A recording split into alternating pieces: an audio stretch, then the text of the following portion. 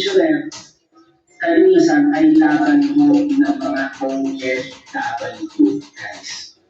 Nakikiusap mo ako, etong nakikita yung tao nito, tunay na mandarambong yan, guys. Totoo. Totoo mandarambong yan, kriminal. Sinabi ko na yan sa internet, guys. Ako ay nagpapasalamat kasi finally, may isang tao ng gobyerno na si Commissioner Ralph Kalinisan ang tunay na dininig ako at ang aking mga kaumbre kasi usually kinatawanan na itong tao na to eh. Even si ICC Yusek Aboy Naraliso, tinulungan namin kasi inano na kami mo ay hirap na hirap kami sa internet, guys, na kung saan ang tao na ito. Kasi mandarang po yan.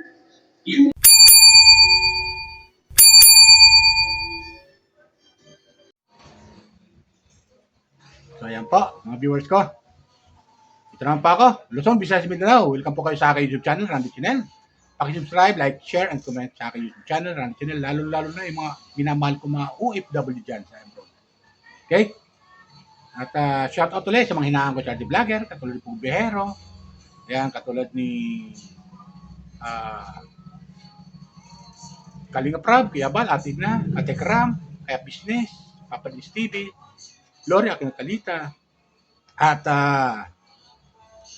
Japper Sniper, yan, Bana Alawi, at Sinatorapi Tulfo. Nag-verse ko. Welcome kayo sa aking YouTube channel. Please subscribe, like, share. Okay? Tuloy tayo. Magbibigay lang ako ng reaction, comment, patungkol dito kay sa away ni Makagago at vlogger to mga viewers ka, si Makagago at saka si Norman Mangusin alias Francis Leo Marcos. Kasi itong dalawa, kakasagutan ito sa social media. Ngayon, dumating sa punto na nagkasuhan. Sabi natin nagkasuhan, kinasuhan ni Makagago itong si Francis Leo Marcos ng unjust fixation. Kinasuhan at dumating nga sa punto na naaresto itong si Mangusin, Norman Mangusin alias Francis Leo Marcos or FLM tawagin. At ito ay naaresto ng CIDG, PNP, itong si Mangusin, na viewers ko. At ayun, iniharap sa media itong si Mangusin, na viewers ko. Iniharap sa media ng CIDG. At ayon, di umano, sa pagharap ay kinasuhan siya ng unjust fixation ng complainant na si Makagago, mga viewers ko. Kumuha ko ng video clip, mga viewers ko. Ito, panoorin natin. Kayo ang humusga kung ano ang kasalanan ni Norman Mangusin o alias Francis Leo Marcos, kung anong kaso niya, bakit siya kinasuhan ni Makagago ng unjust fixation. Ito, pakinggan natin yung sinabi ni Makagago nung ipresenta itong si Francis Leo ng CIDG sa media. Napanood natin ito. Panoorin natin kung anong sinabi ni Makagago, kung anong kasalanan ni Norman Mangusin. Panoorin natin. Pati si Madam Imelda Marcos, sinagali pa rin sa vlog niya. May utang pa rin daw, binuano ang first family sa kanya. Lahat na talaga ng kulang yan, nasabi na nito tao ito. Sa 10 sinabi niya, 11 mali. So again, we are doing this for the Filipino people. And makasalamat kami sa lahat ng ahensya ng gobyerno na tutulong. It's not just the job of the Napo Office, it's not just the job of the Philippine Nation. Lahat po ng gobyerno ay tumulong dito. At patuloy po nagtutulungan para mahinto at matigil na po itong kalokohan ni Norman Mangusin. if I may, no, I want to recognize the presence of MG. Yung pong arrest warrant niya, siya po yung pong siya at ang pamilya niya ang siyang pinaspos, which led to the issuance of the warrant of arrest in Parañaque. Maybe MG, maybe you could give us a few words. Magandang araw. Magandang araw po sa inyo. Magandang araw. Maraming salamat, Commissioner Ralph at sir, sa mga tao po dito. Well, guys, hindi ko lang po alam, no? First time ko, I'm sorry. Sorry. Sa totoo lang po, itong laban na ito, tulad ng nasabi ko rin, sa harap ng mga mahalagang mga kawani ng gobyerno, ay hindi lang laban ko. Ito ay literal laban ng mga kaumbre ko at siyempre ng pamilya ko. Pero, ito po, tulad ng sinabi ng Commissioner, kalinisan ay laban ko ng mga OFW, guys. Nakikiusap po ako, etong nakikita yung tao na ito, tunay naman darambong yan, guys. Totoo. Totoo ang darambong yan, kriminal. Sinabi ko na yan sa internet, guys. Ako ay nagpapasalamat kasi finally, may isang tao ng gobyerno na si Commissioner Ralph Kalinisan ang tunay na dininig ako at ang aking mga kaumbre kasi usually tinatawanan na itong tao na to eh. Even si ICC Yusek Aboy Paraiso, tinulungan na kami kasi inano na kami mo ay hirap na hirap kami sa internet, guys, na kung saan ang tao na ito kasi mandarang po yan. You know this, hindi ko na kailangan ulitin sa inyo.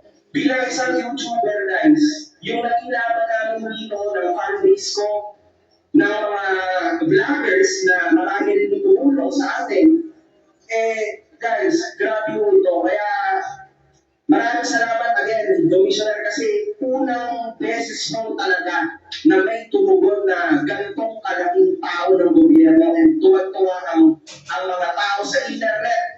Tingnan niyo ba, sa ilalas, nung in-interview ko si Commissioner, grabe katuwa-tuwa ang mga tao kasi hindi mo ito binibigyan ng pansin.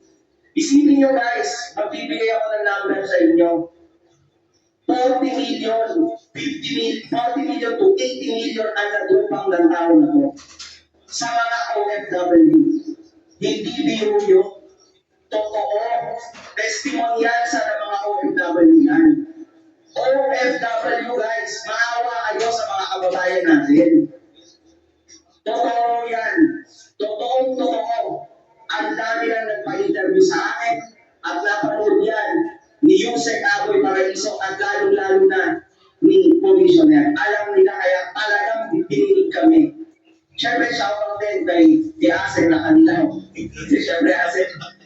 I love you, Asek. Salamat po. Pero, ayan guys. Yun lang. Pakiusap, pakisuyo. Paulit-ulit na kami kahit sinabi rin, Professor na Manny Pacquiao.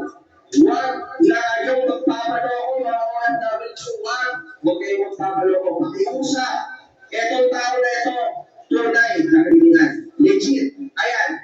Simula pa lang ito ng laban namin. Simula pa lang po ito. Tuloy-tuloy yan. Buong taon po yan, makukulong. Kasi literal na hindi po tatantanan yan dahil napakaraming tao nilarantahan yan, lalo ng aking asawa. Ang dami kong kabastusan na sinabi ng tao na yan sa asawa ko. At sa pamilya ko, at lalo, sa akin lang, influencer lang naman ako eh. Okay lang ako, influencer versus influencer, pero sa asawa ko at nanay ko, hindi. Di ba? Norman? Di ba? Ayos! Totoo ang baho mo, tingnan sa personal. Ang baho mo, pinayupak ka. Okay lang ka, haharapin ko yan. So, pangit ka kasi. So, ayun, di ba, mga viewers? Napakinggan natin sinabi ni Makagago. Napakinggan natin sinabi niya, marami na daw itong nilokong mga OFW. Itong si Norman Mamusi. marami na raw itong niloko di umano na mga OFW. Hindi lang mga OFW mga viewers ko. Sabi, marami. Hindi lang mga pati yung ano to. Siguro yung iba pang mga individual. Hindi naman isa-isa dahil marami. Pag sinabi marami, hindi lang lampas sa isa, di ba? Ganun yun. At yun, kaya kinasuhan niya na unjust decision. Kaya nagkaroon ng resulta na siya aristuhin. Dahil kinasuhan niya nito ng makagago itong si Mangusin, Norman Mangusin, ng unjust decision at lumabas yung warrant of arrest, kaya siya nakapag. Di ba ganun yan? Kaya, ito, ang aking komentan dito, away ito ng dalawang vlogger. Away naman dalawang vlogger, kaya gano'n na lang ang ang naging resulta. Sa pag-aaway nila, tatagutan sila sa social media, papalitan sila, at nagkasuhan. Ayon kay napanigan natin sa pan, kaya kinasuhan niya ng unjust decision to si Norman Mangusin, ayon kay makagago, di umano, ay hindi lang pandarambong, ay bastos pa, di umano. Kaya kinasuhan niya unjust decision. So gano'n lang ang naging kanya. Naging naging salita niya, pakinggan natin, di ba? Ganun yun. Marami na raw ito niloko ng mga OFW, ito si Norman Mangusin, tapos bastos pa. Siguro, ayun nga, sabi, di bali na ako, sabi ni Makagago, akong bastusin, okay lang sa akin, kasi influencer din ako eh. Kaso nga lang, hindi ko matanggap na bastusin yung asawa ko. Di ba ganun yan? Mga ko, pati asawa ko, pati pamilya ko, hindi nadamay niya. So, ganun ang nangyari. Kaya siguro, hindi nagustuhan ni Makagago, kaya siya nagsampa ng unjust decision. Kaya ang naging resulta,